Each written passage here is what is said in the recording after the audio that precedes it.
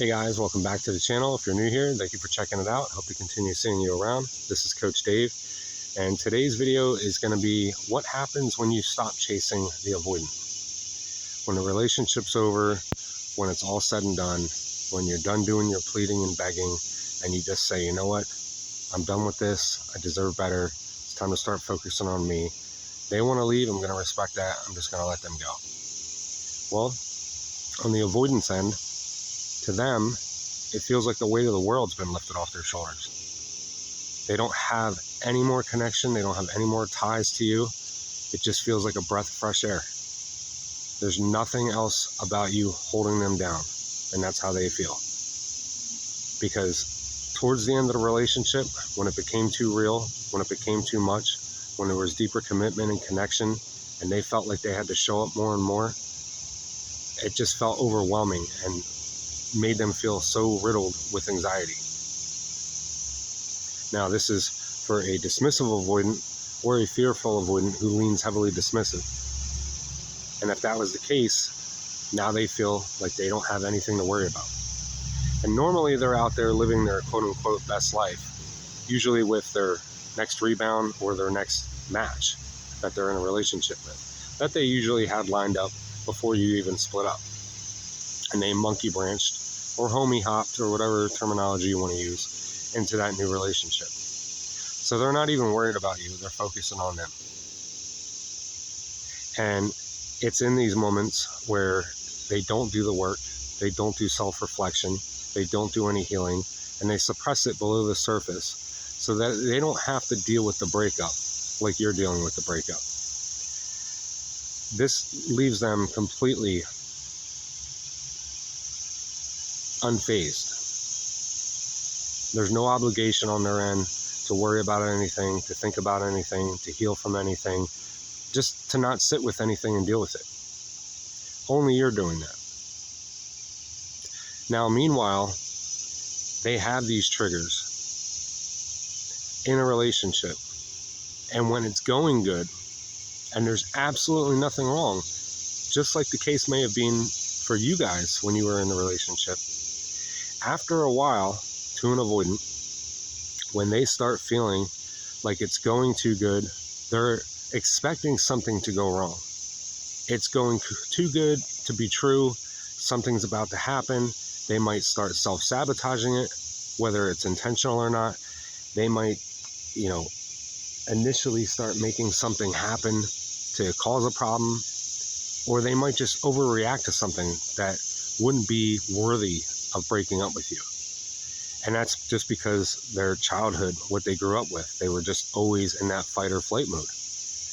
Now, it's not to excuse their behavior, it's not to make an excuse for it at all, but this is why for you it hurts so more when everything's going perfect and then it feels like the rug got swept out from under you because you have no idea what's going on. There's no plausible reason for them to be upset to the point where they want to break up with you or why they're pulling away. And they'll tell you they don't know. And they honestly don't know the why. They know what they're doing to some degree and extent, but they don't know the why. And if they ever sat in their emotions and self-reflected and did any of the processing and work to get to this point, they'd know the why. And if they wanted to change, they could change by putting in the time and effort and work and being consistent. But they think back to these moments subconsciously below the surface level, and this is how they grew up. And when it's going too good to be true, it usually is. If their caregiver or their parent made it to the point where, they couldn't talk, they couldn't speak about things, they had to bury it deep down, or their caregiver or parent was that same way, if they felt like they had to jump through hoops to get any attention and love and validation on a consistent level, they're going to feel like that as an adult, and they're going to implement that in their relationship. So this leaves them in a relationship that is healthy, that is going good, always feeling like they're about to be abandoned, always feeling like it's about to just end. And to them, it makes more sense with the way they're wired to ruin it and end it on their own accord rather than you ending it and getting rejected because they don't want to be rejected. And if you sit there and don't feed into this and make them, you don't give up, and they eventually end up doing it, they work it out in their head to make sense that it's okay to have left you. These are the reasons why. I'm justifying it. I don't have to tell you. I'll give you next to nothing, no closure, no real answers, and you just kind of have to figure it out on your own. It makes sense to me in my head, so therefore you can make sense of it on your own. And this is where you're left feeling, what happened? What is going on? This makes no sense to me at all. There's no clarification from them, and you're trying to piece it out on your own, and it makes no sense to you because everything was going great. There was no problems. There was no issues. And even if you brought stuff to them to talk about that was, very minor, they take it as such an extreme heightened level.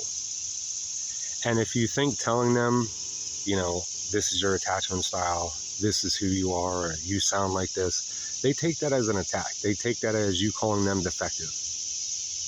They don't want to hear that.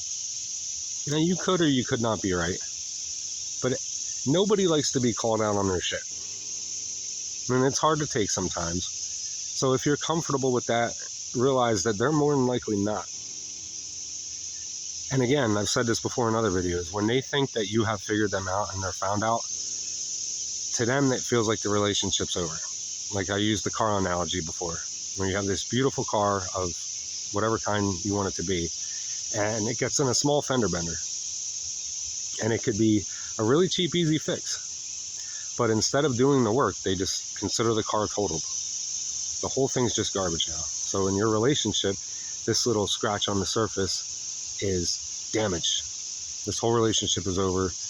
You're just not my person. You're not my type. It's just not going to work out. I have to find somebody new. Somebody new isn't going to make me feel the way you're making me feel right now. It'll just work. Everything will be fine. That's the whole thing of the one. And this all leads back to with them having a Phantom X. And this is an ex that they were with who they still hold in such high regard as being the best person, the best option that they've ever been with, the closest thing to what they want, or somebody that they felt like it could have worked out with that still triggered things that ended up making them leave ultimately. And they will compare everybody they're with to this person. And when they do this, it's basically them being in a relationship with you and still comparing you to this person. And when they compare you to this person, that enables them to have one foot out the door. That enables them to not have to feel that emotional connection to you because they're comparing you. And whenever you compare somebody, you're already self-doubting. You're already self-sabotaging. You're comparing looks, you're comparing money, you're comparing sexual relationship, you're comparing materialistic things and whatever else you have against a person. So when you do that, they're basically weighing their pros and cons against you or the previous person, or that there's somebody else better out there that's going to meet everything that they want. And when they're not emotionally attached to you, that makes it easier to not have to give more of themselves to you. So on their end, they feel a lot better. They feel more relief because it feels like they don't have to give more of themselves to you. And even when the relationship is going completely fine, they still feel somewhere in that there's this level of expectation that you want from them, even though you're not asking for it. And they feel like they're never going to be able to amount to it. So when the relationship is over, they might, at some point in time, start thinking of you as the Phantom X. They might start missing you to some degree. And this usually happens if you had a long relationship and you weren't just a rebound, you weren't just a quick thing. And sometimes you're the rebound to the rebound. You have no idea. Now to you, it's going to feel like they were the one, so you must have been the one for them. And this doesn't matter if you've been together for a short duration or a long duration. But in their eyes, it's the attraction level throughout the entirety of the relationship. If there was more good than bad, if there was less times that you triggered them, if there was more emotional connection and depth, And obviously, the longer that you're with somebody, if you're with them for 4 years and you're with somebody for 2 months, most times you're going to have more of an attachment to the person you were with longer. But there are cases, you've heard the stories and the scenarios where somebody says, I've got more out of this person in this relationship and feel so much better in 2 months than I ever did with this person in 4 years. So that can happen too. But it is often in these times where those are the ones that they'll think of. Those are the ones that they'll miss sometimes and want to circle back. And those are the ones that they keep coming back to, or they try to bug or keep them in their life. And sometimes it's to restart the relationship. And if they've done no work, it's going to end the same way. Or sometimes it's just to see if they can get the validation. Like, oh, yep, this person still wants me. They're still talking to me. They're still allowing me to reach out. So when you don't chase them and you focus all that time and effort and love and energy into yourself, there is going to come a point where after they feel fine because they avoid everything and now that they don't have to worry about you in any way, shape, or form, that all that feeling good, if that relationship was to that level, it's going to start making them think, well, maybe I've finally lost them for good. Like, I'm not hearing them. They're not chasing me. They're not giving me validation. They're not begging me. And like, I thought they were going to do all this. If I meant that much, why aren't they? And this is usually when they'll decide to reach out. This is usually when they start feeling all those things and those pressures inside, and they might want to try the relationship again. So that's basically the two aspects of it on their end as well as yours, as the dumpy and the dumper. And that's the thought process more often than not. Now, this is my experience, what I've gone through being on one end and as well as the other. So I hope this gives a little more clarification, answers any questions that might have been a little concerning or you weren't sure about, and why they do what they do and why you do what you do on the end. You know, I've made countless videos about why you chase or feel like the need to chase or over-validate and what you should do, in my opinion, suggestively, on either end. But at the end of the day, here's the clear-cut answer as to why, if you don't chase, what happens to them more often than not. And when you don't, you put that power back in your hands and they have no control over you. And it's at that point in time, you have the control to decide what you do, who you allow into your life and what you allow into your life.